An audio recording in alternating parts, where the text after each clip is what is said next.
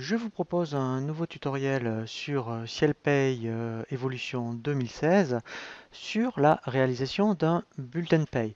Nous allons voir donc le principe de la création d'un bulletin de paye et nous verrons ensuite toutes les options qui sont proposées par rapport au bulletin de paye. Pour accéder donc au bulletin de paye, vous avez plusieurs possibilités. Soit directement ici, lorsque vous êtes dans l'écran d'accueil, vous avez créé un bulletin de paye. Vous pouvez aussi sinon aller dans le bouton de raccourci bulletin de paye ou gestion des bulletins de paye. Donc si je passe par exemple ici par le bouton de fonction sur l'écran d'accueil, hein, voilà. Donc là, ce qui est intéressant au moins, c'est que comme je suis au mois de novembre, il se met sur la bonne période. Et ici, il m'affiche donc la liste des salariés. Alors, ce que je vous conseille toujours, donc là on va faire salarié par salarié, c'est de toujours prendre l'option profil par salarié. Comme ça en fait, il va toujours repartir à zéro lorsqu'il va créer les bulletins de paye. Si vous faites à partir du bulletin précédent, c'est un peu dangereux si vous avez saisi des variables parce qu'il va vous rafficher donc les valeurs et ça peut être source d'erreur si vous oubliez bien d'annuler une valeur. Donc si vous prenez profil salarié, il repartira toujours donc du profil avec les variables à 0. Donc en fait là il faut faire marquer et ensuite je fais OK. Voilà, donc là il m'a calculé le bulletin de paye et on va voir donc vraiment toutes les options proposées sur le bulletin de paye. Alors déjà ici ce qui est intéressant, donc là on a les dates de paye, on peut maintenant directement accéder à la fiche salarié depuis le bulletin de paye.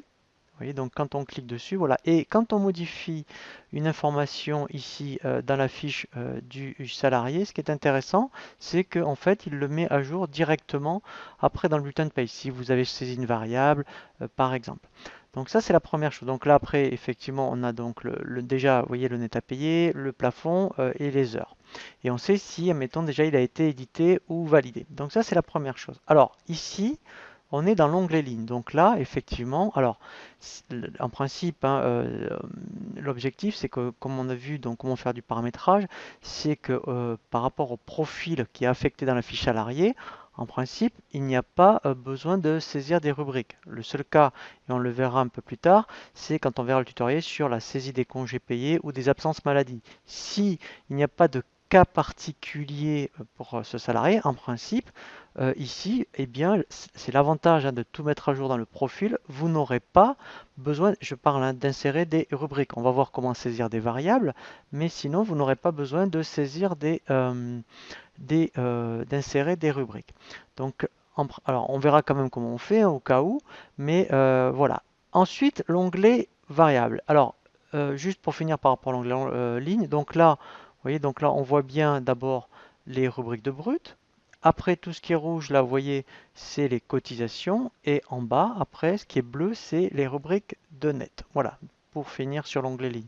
Donc l'onglet variable, voilà, donc après, c'est un des onglets les plus importants, puisque c'est là où vous allez saisir effectivement les variables du mois pour ce salarié. Donc dès qu'il y a quelque chose, je dirais, de différent tous les mois, alors on verra après une autre façon de le saisir, mais déjà quand on n'a pas beaucoup de salariés, c'est le moyen le plus rapide et le plus simple, c'est de saisir les informations ici. Donc là, alors en mettant un exemple, et comme ça je ferai exprès de la rajouter, si je saisissais par exemple, vous voyez, donc une variable, la variable acompte. Mettons, je vais saisir un acompte, vous voyez, de 100 euros.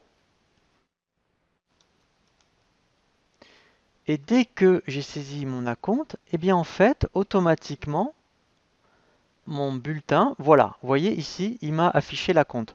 Donc en fait, l'onglet variable va vous permettre de saisir eh bien, tout ce qui est vraiment différent tous les mois dans vos rubriques soit de brut, soit de net. Donc l'onglet variable est très très important. Alors l'onglet congé, c'est ici, donc après on le verra vraiment pour un tutoriel sur la gestion des congés payés, mais en fait directement c'est ici qu'il faudra passer pour saisir les congés payés. Donc là mettons, vous voyez au niveau du salarié déjà, je vois que ici, voilà, donc là mettons, vous voyez donc il en reste 5 sur l'année en cours et bon là il y en a beaucoup, sur mettons l'année précédente, voilà, donc ça paraît même très élevé.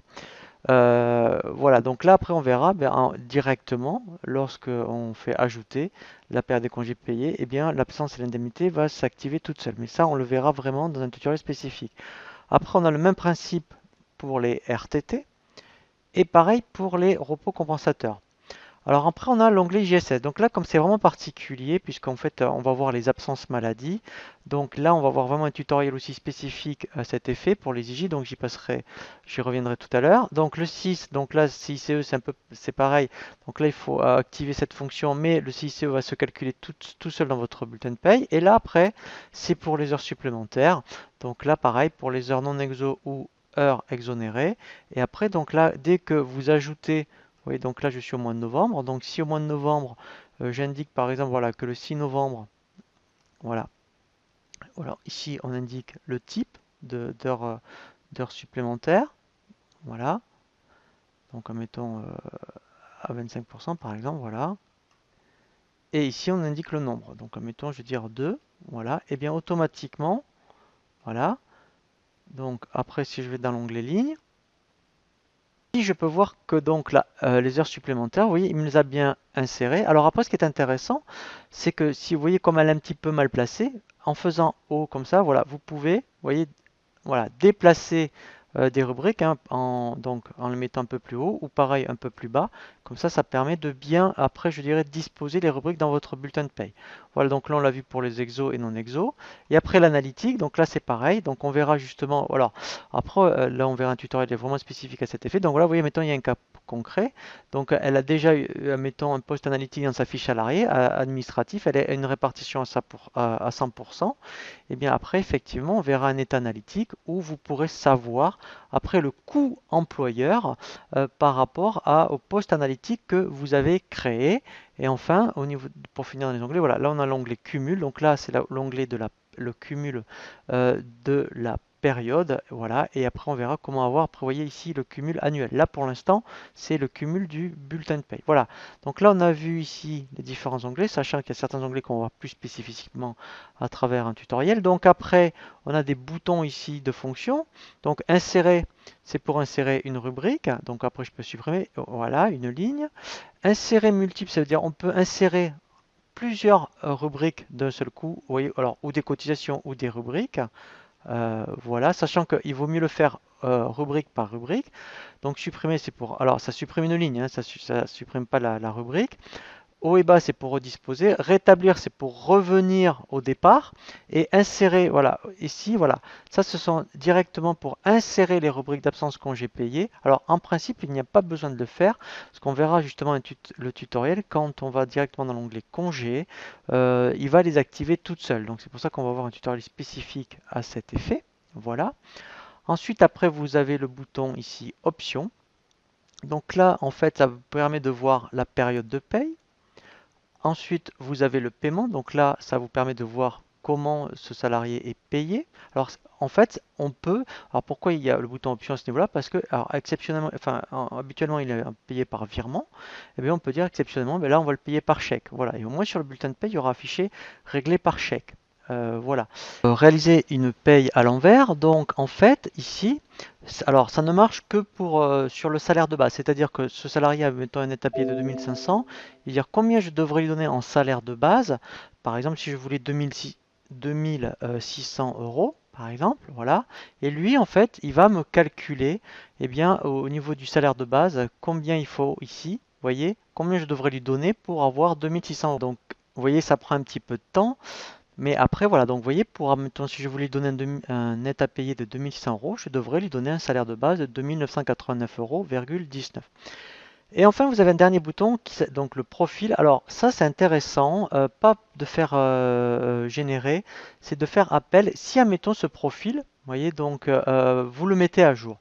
Et pour que, au niveau de ce bulletin de paye, il tienne compte du nouveau profil à jour, bien sûr, avant que vous ayez fait le bulletin, hein, parce que si quand vous faites un bulletin, il part toujours du dernier profil. Mais si vous avez modifié le profil, que le bulletin a été fait et que vous voulez qu'il reprenne en compte par rapport au bulletin de paye le dernier profil, vous faites appel.